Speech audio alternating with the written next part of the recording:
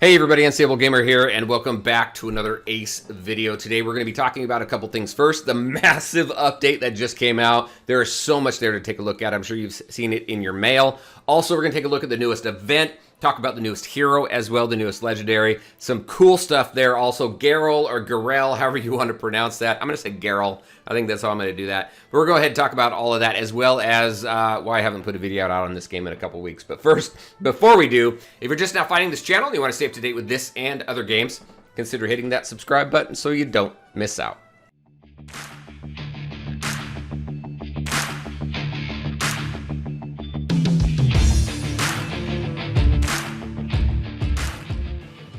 All right, and welcome back. Let's just go ahead and dive right into it. I know it's been a couple weeks since I put a video out on this game. It's just been really busy. I've been focused on a lot of stuff. Work's been busy. New games have been coming out that I've been needing to get caught up on. I've been working on the free-to-play teams for this game so I could finish that video series, and then really working on Void Tower. We got a new hero that I just unlocked today as well. There's just been a ton of stuff going on, so I will get caught up. We are going to start with this, though, as well as take a look at a bunch of other stuff coming up in the next week as far as this game goes. All right, so let's go ahead and take a look at this. This massive update is insane. I mean, like I said, you've probably seen it in your mail, but man, look at that. So much stuff. So we are going to run through this fairly quickly. Let's point out some stuff here. We do have the new hero, Garel, which is pretty cool. I like his kit. He's very interesting. So I'm excited to get him all built up so I can really put him to the test. We do have his event, which is a little bit different. It does unlock after clearing Adventure 7-8. So that's pretty cool as far as just kind of the storyline and everything that's involved in it. They've also added the advanced summons from March 2nd to the 16th. Now this was pretty cool. So if you do a summon and it's a legendary, you have a 50% chance that that legendary is going to be Garel. However, if after the first pull it was not, then the very next legendary hero that you summon will be Garel. So depending on where you are in the pity, depending on how much money you want to put into it, or how much time you want to put into it between the 2nd and the 16th, getting your summoning crystals and doing as much summons as you can, you could get it fairly quickly, or it could take some time. Again, complete RNG. I hope we get to a point in this game where we can unlock new heroes, legendaries, or epics without it being 100% RNG. If we had an event like this Garel event, which I think would be perfect, you work through that. You either work for in-game currency so you can unlock the character in the store, or as you work through it, by the time you complete the event, you unlock the hero. It would be nice to see something like that other than it being 100% RNG. But I do like what I'm seeing with this event. I do like the story. So maybe that's something we'll see later on. I don't know. The shop, we'll talk about the new shop there for the event. The gear set of the assassin set did get a little bit of a buff. So attacks before had a 50% chance to deal 35% damage. Now it has the same chance to deal 50% damage, so a little bit of buff there. The arena, now the spells are limited to 1 per round. And then the in-game chat, this is nice. The word limit is up to 150 characters. That is awesome. Before, you had to put just these really short sentences, and it was just driving everybody nuts, I'm sure. Drove me nuts. Dungeon, we'll take a look at that. The interface there has changed a little bit. The multi-battle improved notifications there, and the guild boss, the HP bar limits of the guild boss has been increased. All of these character updates, there's so many buffs in here.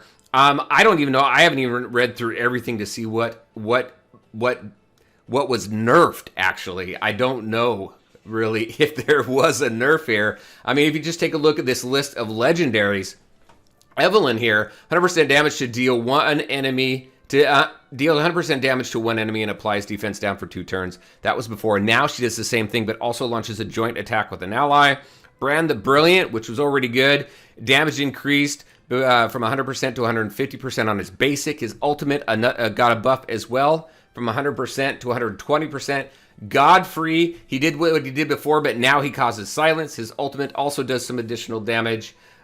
Tia here, 100%. Look at this. Same thing as she was able to do before. Apply Frozen. Damage to the main character and applies Frozen for 1 turn. 50% chance to apply Frozen to the surrounding targets for 1 turn. I know I'm talking super fast, but there's so much stuff going on. Another buff there. This one, Lydia, before dodge plus 20%. Now look at that, 35%. Look at this. It grants 20% dodge before, now 35% dodge plus 20% lifesteal. It's crazy. Now, we did lose a little bit here, though. 20% dodge if the character is below 50% health. So a little bit of a change there, not as much.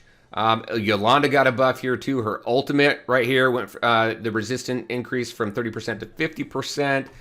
Let's see. Immune to attack up. Look at the same thing we did before, but also grants the target a bonus turn at the end of the round. Whew, Hector here now will apply precision up to self. Ciara now will apply precision up to self. Lightwing Zachary, one of the first epic. Oh, actually, is he epic or legendary? Yeah, epics. Okay, yeah, right here. Now we're into epics. Right here, now grants negative 30% damage taken when taking a critical strike. His basic they increase damage from 80% to 100%. Chaos Punch there, his special, goes from 100 to 120%. Just a lot of stuff that was done here. And then there's some adjustments here. So the Water Prison here will apply stun on an enemy for 1 turn and remove one of their positive effects. Raging Aura here, now plus 30% attack for the current turn. I can't remember what it was before. Some optimizations in the graphics, in the UI, and then some bug fixes there as well. There's just a ton of stuff here, and most of them are buffs. I mean, there's a lot of good stuff here. Massive, massive update. Now, if we take a look at the game, if we take a look at the dungeon screen here, they did add some stuff here. So we see Fire Slam. That's the event for Garel. The Proving Gate here is new. It's the Endless Trial, plus we got something new coming here. So that got a little bit of a change. I can't remember if this coming soon was here before or not. But we've got a lot of stuff here that is coming to the game. Void Tower, this interface changed in the last update. And then everything else here looks pretty much the same. So some pretty good stuff. Garel here. Now, the one thing I thought was really cool with this was that when you go in here and you play the story mode, this is gonna be so much fun. The first time you run through this, you get to play with Garel. So you get a little bit of an understanding of what he's all about. Now, this is time-gated, this event. You're going to work through all of these, and then in an hour and 43 minutes, so at reset today, as of the recording of this video, we're going to unlock these next couple ones. So I think we're probably going to see that throughout this whole 6 days here. We got, what? We've got until the 15th. Actually, not 6 days. We've got until the 15th to run through all of this, so we're probably going to be gated, which is okay. A few tips that I have as far as this goes. You want to farm. If you really want to take advantage of the store and of the event, you really want to farm these Jadelet shards. I recommend just farming the very first 1-3. You get the same amount. You get 500 for 10 runs. The only difference really is the gold currency here. You get 20,000 after 10 runs. If you do it on this one here, you still only get 500 of these Jadelet shards, but you get 25,000 of the gold. 5,000 really isn't all that much to write home about. So I really would, and if you take a look at the energy, it's 10 spent on both.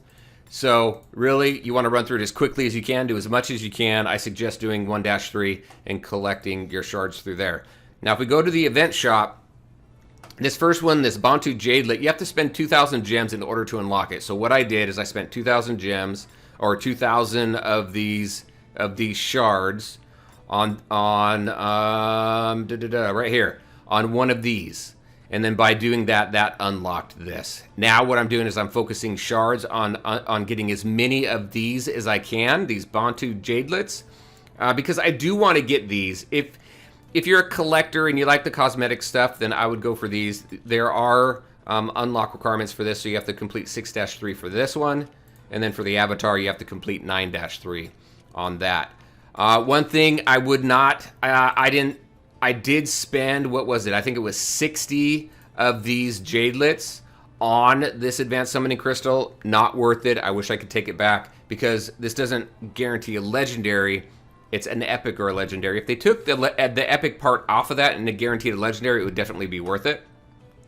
But I wouldn't suggest that unless you've got a bunch of resources and you just want to clear the whole store out.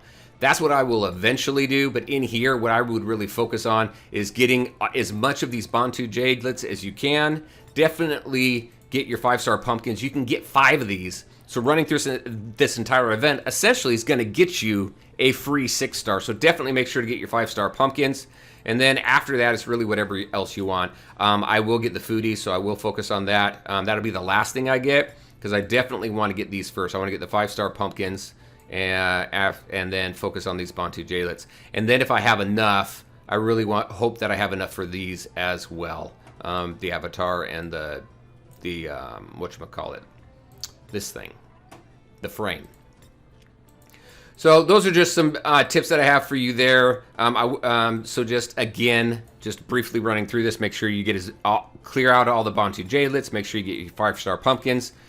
Spend your 2,000 on the summoning crystal, or you could spend it on this right here. I probably should have spent it on the 2 foodies first. These I really think should be last, if anything, just because they don't give you a lot. It's a whole lot of RNG, whereas here you get a 100% chance, obviously, to get these. So I would use the 2,000 to unlock that top one, those Bantus with the foodies. Just my 2 cents there. Hope it makes sense. Quests here, these are going to refresh. You get 3 every day, so definitely make sure that you clear these out, because you're going to get diamonds, you're going to get these jadelets, which is going to really help you. Plus, obviously, you get meal tickets and things like that. That's really going to help you out. So definitely do that. So clear everything, and then just put this on farm down here. If you don't have anything else to do, and you just want to clear this store out, which I really want to do, that's what I would suggest there. All right, so. Fun event. I like the story. He's Yolanda's brother, so that was pretty interesting. You find that out right off of the bat. And then if we take a look at the hero himself, so this is where I have him right now.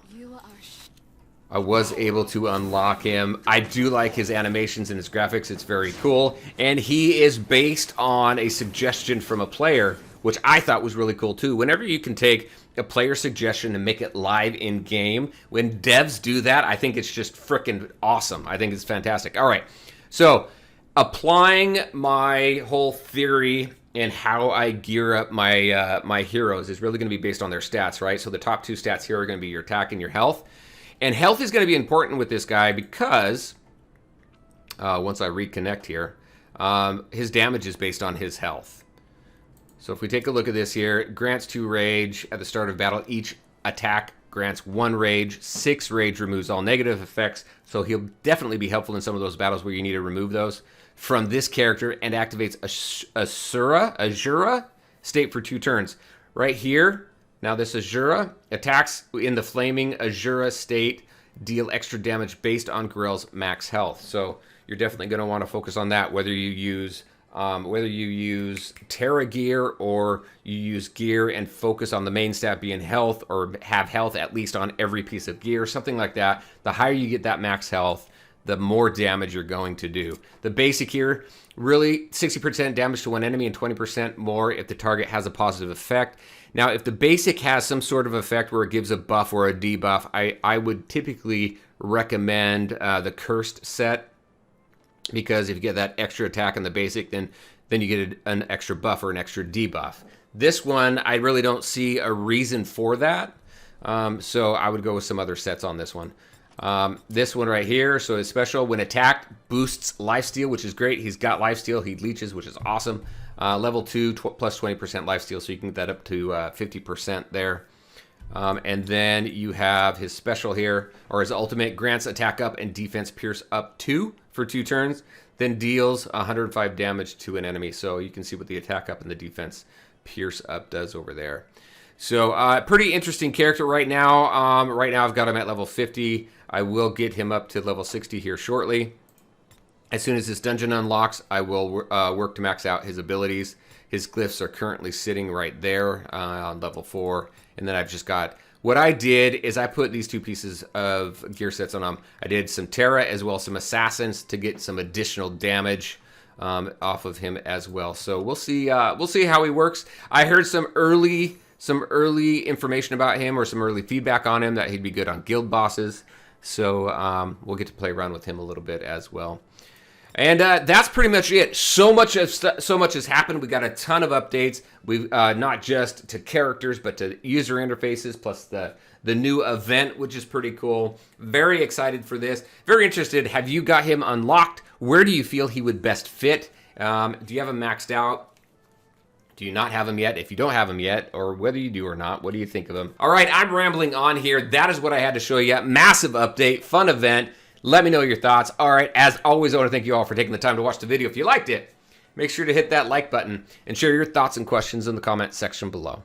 Take care, everybody, and we'll talk to you next time.